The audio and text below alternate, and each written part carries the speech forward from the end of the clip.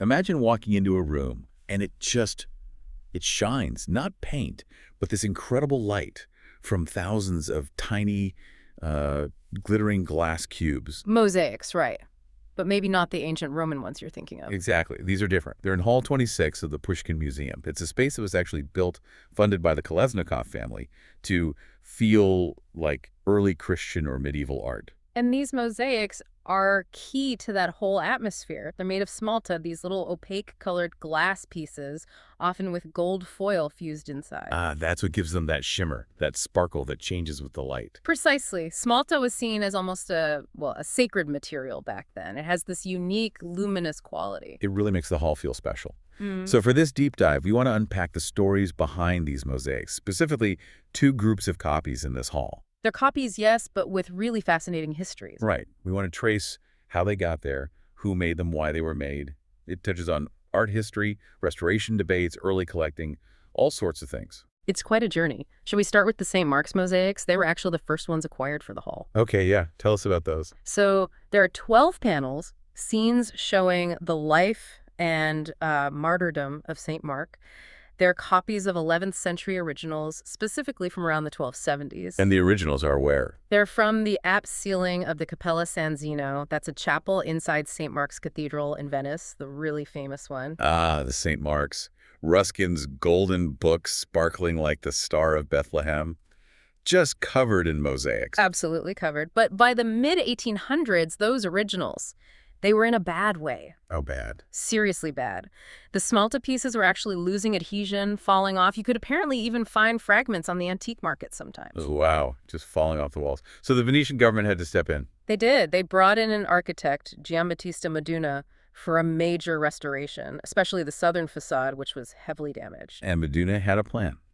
A controversial one, I get. Extremely controversial for the time. His idea to do the restoration properly was to completely dismantle the mosaics in that whole area. Dismantle, you mean take them down? Take them down, including the ones inside and outside the Cappella San Zeno. The idea, quite bold then, was to move the originals into a museum within St. Mark's itself. That sounds radical, taking down centuries-old mosaics. It was. The justification was preservation, fixing structural issues behind them. But people were, understandably, alarmed. I bet. Did they document them first, at least? Oh, yes, meticulously. They did photo documentation and commissioned very detailed painted copies, they called them cartoons, as guides. Okay, so they had a record. And then they needed someone to make new versions, right, in the original material. Exactly. And that job went to Antonio Salviati and his glass firm. Salviati? Wasn't he a lawyer originally? He was, a lawyer who became passionate about reviving Venice's glass industry. He researched old techniques, even made his own smalta.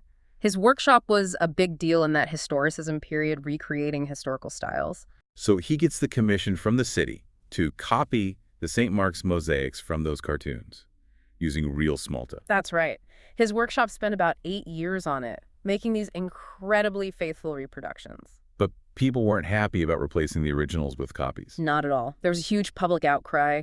Historians, archaeologists, the public, the press, they were horrified at the thought of replacing 13th century originals with, 19th century novodli or new makes. Even John Ruskin weighed in, famous art critic. He did, very strongly against it. It became a major debate about authenticity versus restoration. So what happened? Did they copy everything? Well, the initial plan was even grander. Salviati was meant to copy all the mosaics in St. Mark. A whole cathedral. Wow. Can you imagine? But the backlash was so intense after the Cappella San Zeno copies were finished, because that part really was crumbling, that the city canceled the rest of the project. Okay. So they install Salviati's new copies in the Cappella San Zeno apse in 1888. They do. And guess what? Another scandal. Another huge scandal when they were unveiled.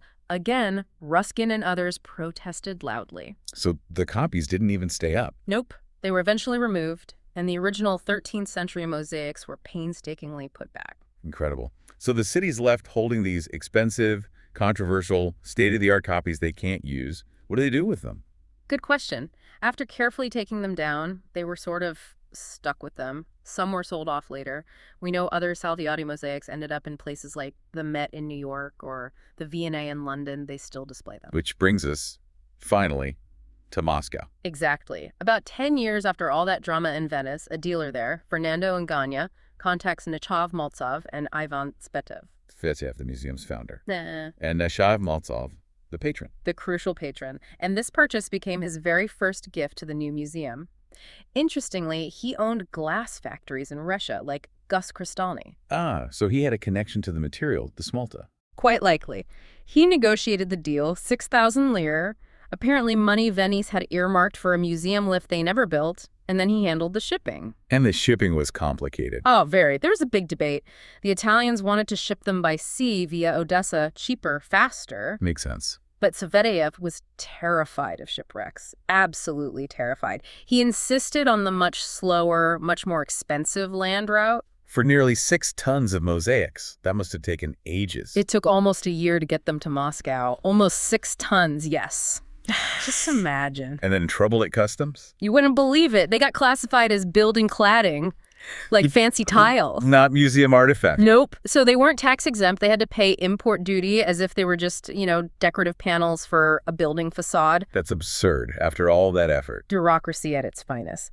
So finally, they arrive in Hall 16, now 26. They're just sitting on the floor. Tsvetaev brings in a master mounter from the Forlov workshop in St. Petersburg. A top expert, presumably.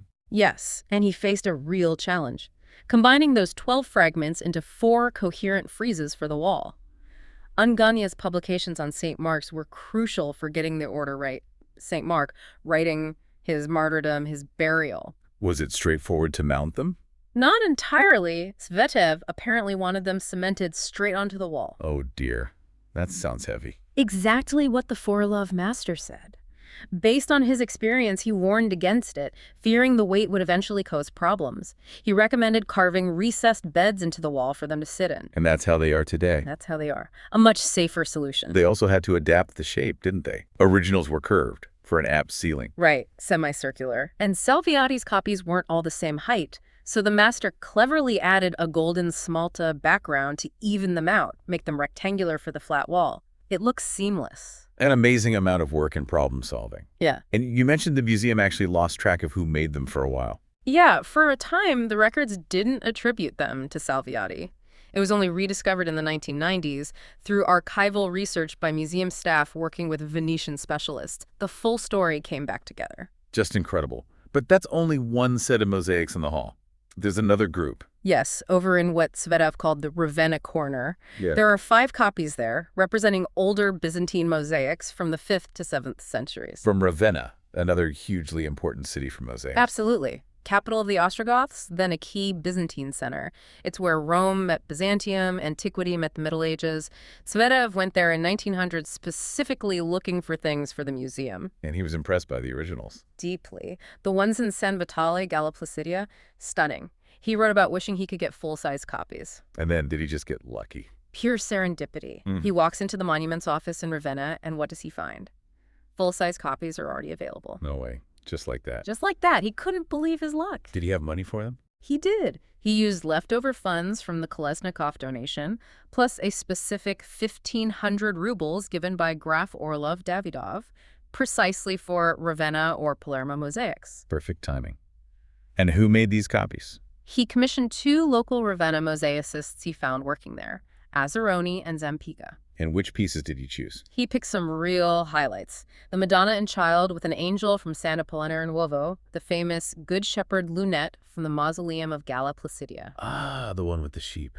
Beautiful. That's the one. And also the iconic panels of Emperor Justinian and Empress Theodora from San Vitale. And the imperial portraits. Amazing choices.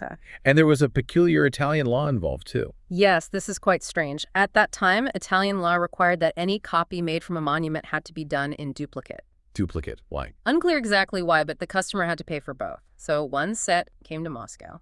And the other stayed in Ravenna. Exactly, with the Ravenna City Council. So somewhere in Ravenna, there's a twin set to the ones in the Pushkin. That's fascinating. So the journey for these was smoother than the Venetian ones. Much smoother. They arrived in Moscow already mounted in wooden frames with protective glass. They were installed relatively easily while the hall was still quite empty. The Good Shepherd was the last of that group to go up. And you mentioned another link to London. Yes, interestingly, there's another copy of that same Good Shepherd mosaic from Galla Placidia in the Victoria and Albert Museum in London. So copies of both the Venetian and Ravenna mosaics found their way to London, too. It seems so. It really shows how these copies circulated. Tsvetaev really seems ahead of his time, valuing these authentic material copies when most museums focused on originals or maybe plaster casts. He really was. He saw their educational value, their ability to convey the feel and technique of the originals. He paved the way, in a sense. So let's pull this together. We have these two groups of copies in Hall 26.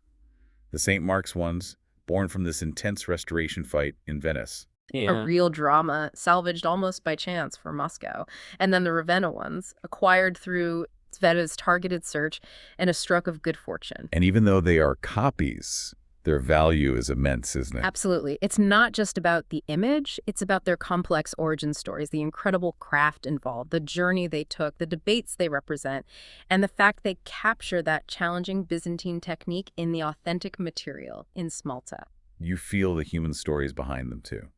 Salviati's ambition, Meduna's controversial plan, Ruskin's critique, Tsvetaev's determination, Nechayev-Molosov's crucial support, the skill of the mosaicists and mounters. All the persistence, the conflicts, even the bureaucratic headaches like the customs issue, they're all embedded in these objects. So why should someone visiting the Pushkin today really spend time looking at these copies?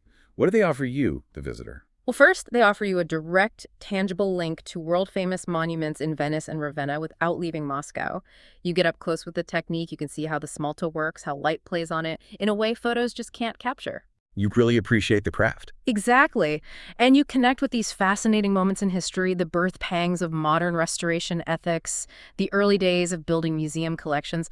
Plus, honestly, they let you experience the sheer visual power of Byzantine mosaics, that unique shimmer and depth of the smalto.